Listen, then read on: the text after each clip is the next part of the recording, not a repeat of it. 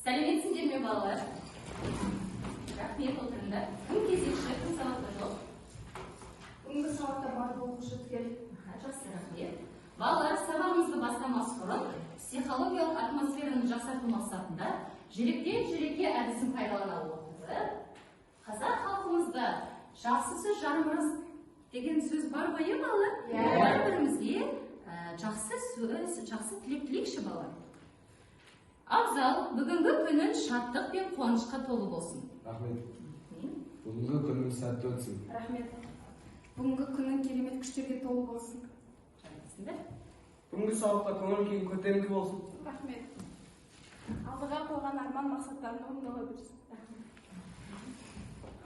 Бүгінгі сабаққа белсене қатысып, сабақта жақсы балалар тілектестік. Рахмет. Бүгінгі сабақта зейін ашылсын. Рахмет. Бүгінгі күнің ең ерекше күндердің бірі болсын. Рахмет. Бүгінгі сабақта жоғары балл алуға тілектестік. Рахмет. Шын жүрекпен бақытпен сәтіңіз тілеймін. Рахмет.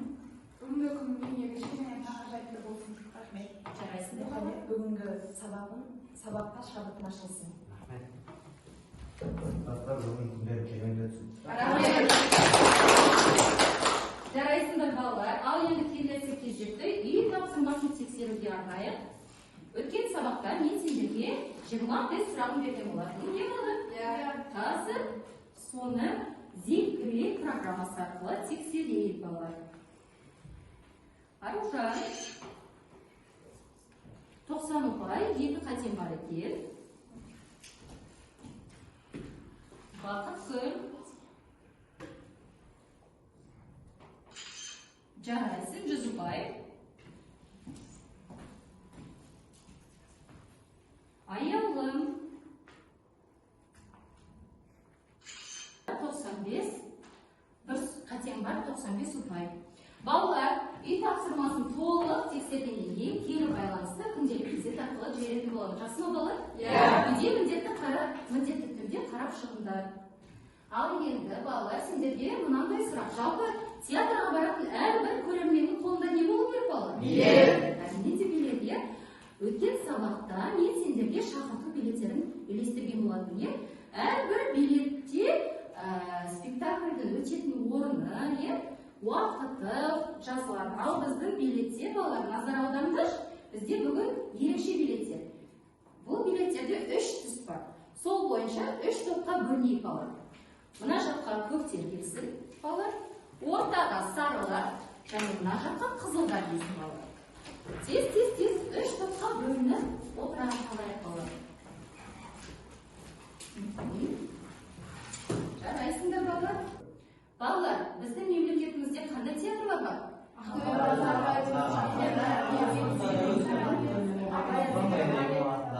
Жақсы, жарайсыңдар балалар. Қазір мен сендердің топтарының атауларын атайтын боламын. Не балалар? Сендер бірінші топ Абай атындағы қазақ мемлекеттік опера балет театры боласыңдар, Екінші топ Мұхтар Әуезов атындағы қазақ мемлекеттік академиялық драма театры. Және де үшінші топ Бекет Римова атындағы Талдықорған қаласында қазақ драма театры. Ал енді балалар, бүгінгі міне сабақта біз билетіміз бар, топтың аты бар, жалпы жаңа тақырып қандай бізде балалар? Қалай өтесіңдер? Театр тарихы. Жарайсыңдар балалар? Театр тарихы, жалаң және жайылма сөйлемдер. Сабақ мақсаты жалаң және жайылма сөйлемдердің жасалу жолын, өзіндік ерекшеліктерін түсіндіру, түрлі әдістерді пайдалана отырып балаларды тапқырлық, жылдамдық, есте сақтау қабілеттерін арттыру, сөйлеу тілін жетілдіру, оқушылардың ой өрістерін танымдық қабілеттерін дамыту балалар. Бұл балалар келесі тапсырма ойын түрінде өтеді. Ойынның аты білімге толы шеңбер. Қазір сыныптың жан-жағына қарасаңдар. 6 жерден 6 түрлі театр жайлы мәлімет берілген. Қазір мен сендерді жұптастырамын. Осы мәліметтерді 1 минут, әр мәліметке 1 минут уақыт беріледі. Уақыт деген кезде орындарында ауыстырасың. Жақсы ма балалар? Енді балалар дескриптор мен критерийге назар аударсаңдар. Критерий мәтіннің мазмұнын түсіне алады. негізгі және қосымша ақпараттарды анықтайды.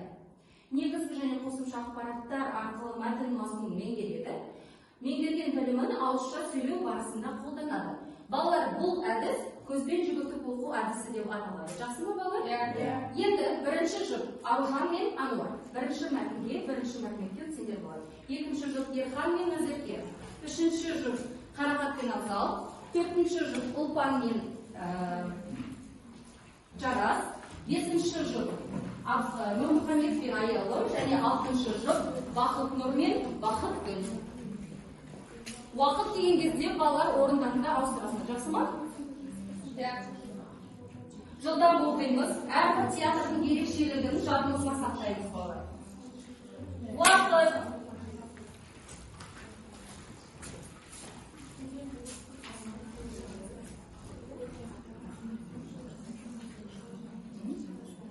Талқылаймыз. Жұптарымен талқылаймыз балалар. Тарихына назар аударыңдар. Уақыт.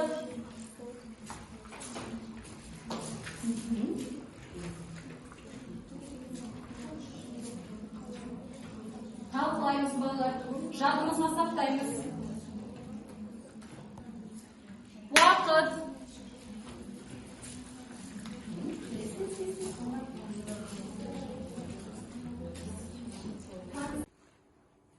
Ал енді балалар, бірінге толы шеңбердің екінші кезеңіне келдік.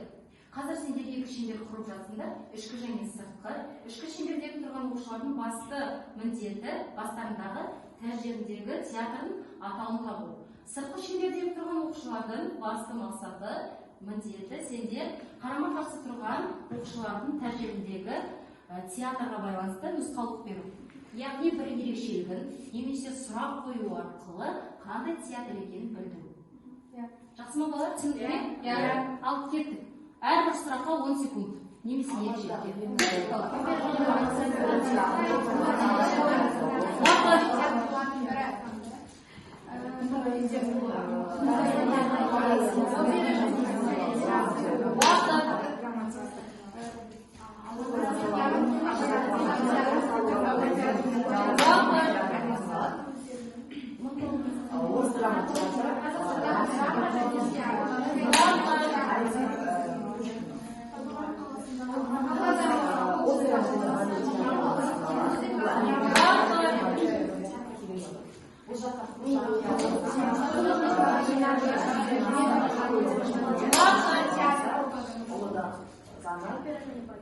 Ал енді балалар, сыртқы шеңбердегі тұрған оқушылар кішкене ашылып тұрсаңдар.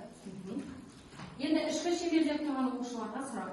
Бағнұр, сенің тәжіндегі жазылған қандай театр? Абай атындағы Қазақ мемлекеттік опера және балет театры. Дұрыс па балалар? Ануар, сенің тәжіндегі жазылған қандай театр? Ақтөбе облысындағы Алақай қуыршақ театры. Дұрыс па балалар? Нұрмұхамед, қандай театр? Мұхтар Әуезовтың драма. Дұрыс па балалар? Жүсіп Аймауытов атындағы музыкалық драма театр. Жарас. Үлкен Римов атындағы Талдықорған қаласындағы Қазақ драма театры. Жарас. Максим Горький атындағы Максим Горький атындағы орыс драма театры. дұрыс па балалар? Қарайсыздар балалар, отырыңдар. Ал енді балалар, жаңа тақырып жалған және жайылма сөйлемдер. Сендерге мынандай сұрақ. Жалпы тұрлаулы және тұрлаусыз мүшелерге не кіреді? Бақытгүл, тұрлаулы мүшелерге не кіреді? Бастауыш пен баяндаушы. Ал енді тұрлаусыз мүшелерге Аялы тұрлаусыз мүшелерге Анықтауыш, толықтауыш. дұрыс балалар. Жалған сөйлемдер дегеніміз тек қана тұрлаулы мүшелерден тұрады, яғни бастауыш пен баяндаушы. Бұл бізде жалған сөйлемдер. Ал тұрлаулы мүшелермен қатар ол пысықтаушы, толықтаушы және анықтаушы бар сөйлемдерді жайылма сөйлемдер деп атаймыз. Енді балалар мына жаққа назар аударыңдар. Қыз басталды. Басталды, не істеді? Не қыз? Бұл бізде қыз бастауыш, басталды баяндаушы. Бұл бізде қандай сөйлем балалар? Жалған сөйлем. Енді қыста қар қалың жауды. Жауды не істеді? Бұл бізде баяндаушы. Қар бастауыш. Қарды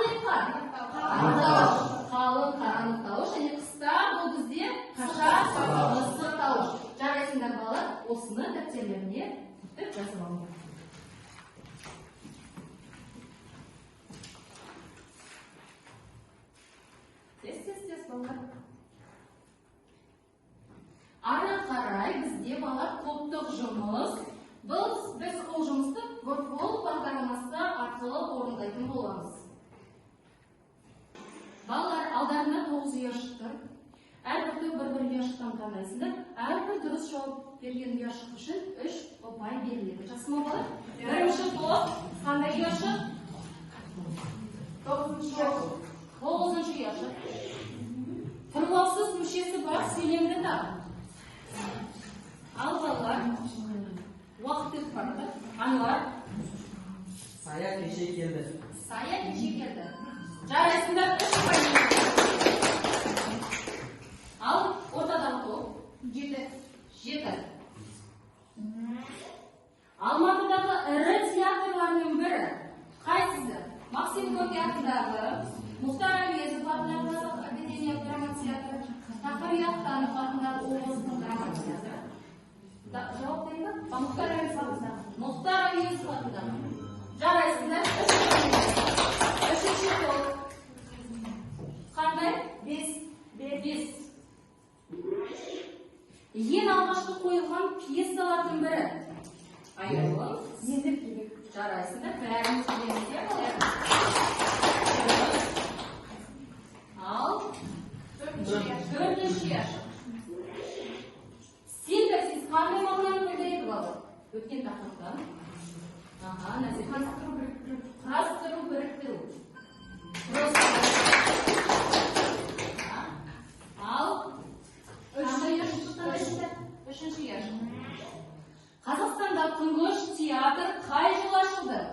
Және қай жылы ашылды тұңғыш театр? Ал балалар, Бақытгүл. 1926 жылы. 1926 жылы. 13-ші қабат. Дұрыс. Ал Нұрмұхамед қандай ұяшық? 2-ші ұяшық. Сұрақ. Қазақстанда тұңғыш рет қай жерде театр шымылдығы ашылды? Қай жерде? Қане балалар? Қызылорда қаласында. Жарайсыңдар. Ал қандай ұяшық? 8-ші ұяшық. Жалаң сөйлемді табыңыз. Жаңбыр жауды да жер көгерді. Жаңбыр жауса да күн жылы. Ал ертең жаңбыр жауып тұр. Жарайсыңдар. 6. Мына сөйлемнің тұрлаулы мүшелерін тап. Бүгін қар қалың жауды. Ал тұрлаулы мүшелерін тап. Яғни бастауыш пен баяндауышын табу керек, иә балалар? Ал қарақат. Қалың жауды. Қалың жауды. Өкінішке орай еді. 3. Ал 1. Тек қана тұрлаулы мүшелерден табылжай сөйлем. Жауған. Енді кәне бір ғана ұяшық қалды. Кім? Соңғы. 3-ші топ, кәне?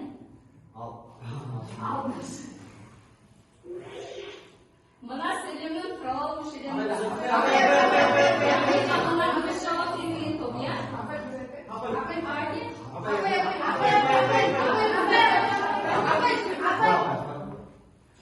Қалың қар ма? Ал енді балалар, рефлексияны біз Padlet тақтасында орындайтын боламыз. Қазір мен сендердің топтарына сілтеме жіберетін боламын. Сол сілтемеге кіріп, сол сілтемені басып, Padletке кіріп, жалпы сабақта ұнады ма, не қандай тұстар ұнады, болмаса ұсыныстарыңыз болса, соны пікірлеріңізді жазып кетсеңіздер. Жақсы ма балалар?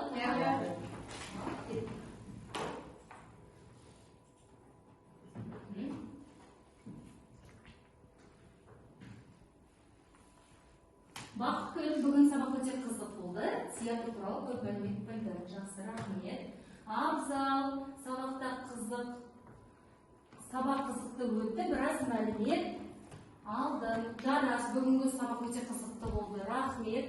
Ерхан апай маған сабақ өте қатты ұнады. Сізге рахмет. Рахмет балалар, сіздерге де көп-көп рахмет. Бүгін өте белсенді болдыңдар, сабақ өте жоғары деңгейде өтті деп ойлаймын. Ал енді балалар, формативтік баға.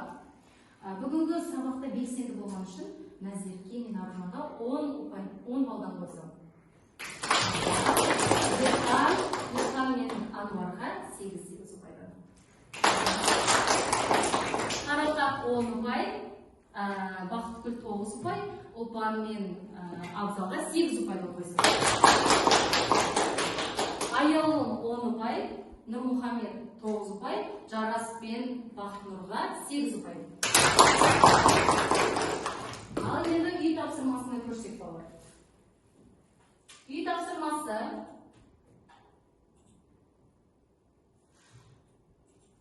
үйге менің сүйікті қойылымым тақырыбында эссе жазу.